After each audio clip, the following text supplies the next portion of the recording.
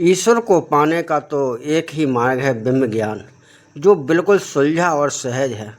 पर इस सहज ज्ञान में भी जिज्ञासु को यह लगा रहता है कि शायद हमें ज्ञान ठीक से नहीं मिला और वो कहीं और अन्य खोज के लिए निकल जाता है।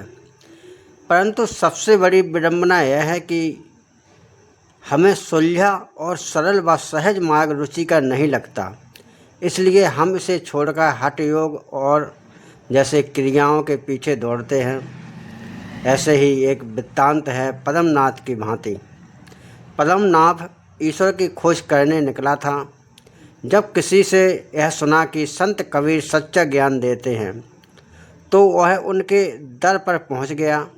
वहां रहकर कुछ एक दिन सत्संग विचार सुने। संदेश इतना खरा और स्पष्ट था कि कहीं किसी दुविधा का स्थान नहीं था। परंतु फिर भी पद्मनाभ कबीर जी का शिष्य नहीं बना, कारण कि उसे उनका संदेश बिल्कुल सादा सरल लगा, जिसके अभ्यास में कोई आकर्षण अथवा रस नहीं था। गुरु प्रिय साधकों, सो उसने वह मार्ग छोड़ दिया और पहुंच गया शेख तकी के पास। शेख तकी के इर्द गिर्द माहौल काफ़ी चहल पहल भरा था।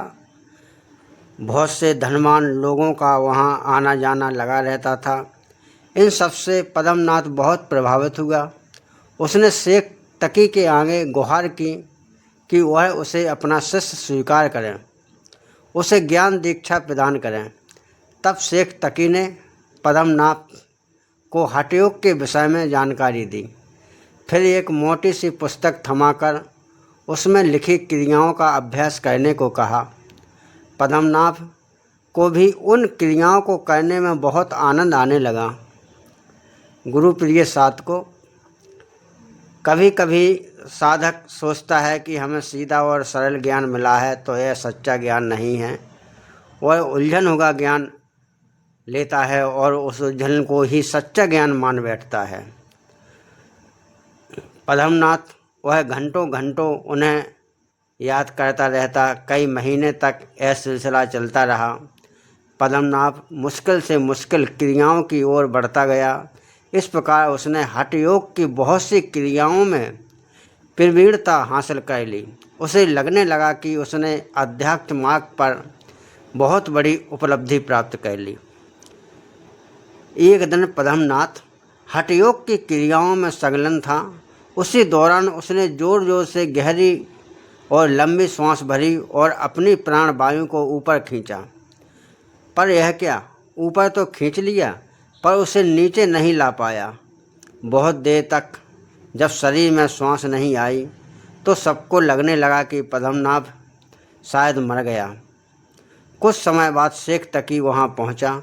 उसने भी पद्मनाभ की नाड़ी को अच्छे से जांचा, लेकिन उसमें प्राणों का प्रवाह नहीं था। अतः शेख तकी ने उनको मृत घोषित कर दिया कि पद्मनाभ के प्राण चले गए हैं, अब वह लौटकर नहीं आ पाएगा। गुरु प्रिय साधकों, जब हठ योग में पारंगत शेख तकी ने ही ऐलान कर दिया तो वह पद्मनाभ के लिए कोई क्या कर सकता था। सो उसने अंतिम संस्कार की तैयारी की जाने लगी। पर जिस रास्ते से पद्मनाभ की अर्थी को ले जाया जा रहा था, दयावश कबीरदास जी भी वहाँ से गुजरे। उन्होंने सब यात्रा को रोककर कहा, सुनो, इसे कहीं मत ले जाओ, यहीं ज़मीन पर लिटा दो। सबको यह बात सुनकर बड़ी हैरानी हुई। शेख तकी क्रोध में बोले, इसके मृत शरीर का क्या करेंगे कबीर जी आप? कबीरदास जी बोले, यह मरा नहीं है, जीवित है, बस अपनी प्राण वायु को नीचे नहीं ला पा रहा है। इतना कहते हुए उन्होंने पद्मनाभ के सिर पर कुछ नसों को बड़ी बारीकी से जांचते हुए दबाया। देखते ही देखते पद्मनाभ की सांसें पुनः चलने लगीं और झट से उठकर बैठ गया, मानो उसे कुछ हुआ ही नहीं था। उसने अपने आसपास नज़र दौड़ाई। जब कबीरदास जी को देखा तो आश्चर्य से पूछा, आप यहाँ? मैं यहाँ कैसे पहुँचा? कबीरदास जी ने पितृवत भाव से उसका सिर सहलाया। उस स्नेहिल स्पर्श को पाते ही पद्मनाभ के स्मृति पटल पर सारा दृश्य घूम गया। वह रोते रोते कबीर जी के चरणों में गिर गया। उसका मन गिलानी से भर गया और समझ चुका था कि जिस ज्ञान को वह नीरस समझकर छोड़ आया था वह तो सबसे श्रेष्ठ विद्या है, जिसके आगे हठ योग की बड़ी बड़ी क्रियाएं भी बेकार लगती हैं। अतः गुरु प्रिय साधकों, हम सभी को भी ब्रह्म ज्ञान का जो मार्ग गुरुदेव ने हमारे अंतर्घट में बताया है वो मार्ग एकदम सरल और सहज है, लेकिन कभी कभी अनुभव ना होने के कारण हम लोग भी सोचने लगते हैं कि अरे कहीं ऐसा तो नहीं कि हम सच्चे ज्ञान से भटक गए हों। तो गुरु प्रिय साधकों, ऐसा नहीं है। तो बोलिए सतगुरु भगवान की जय, सच्चे दरबार की जय।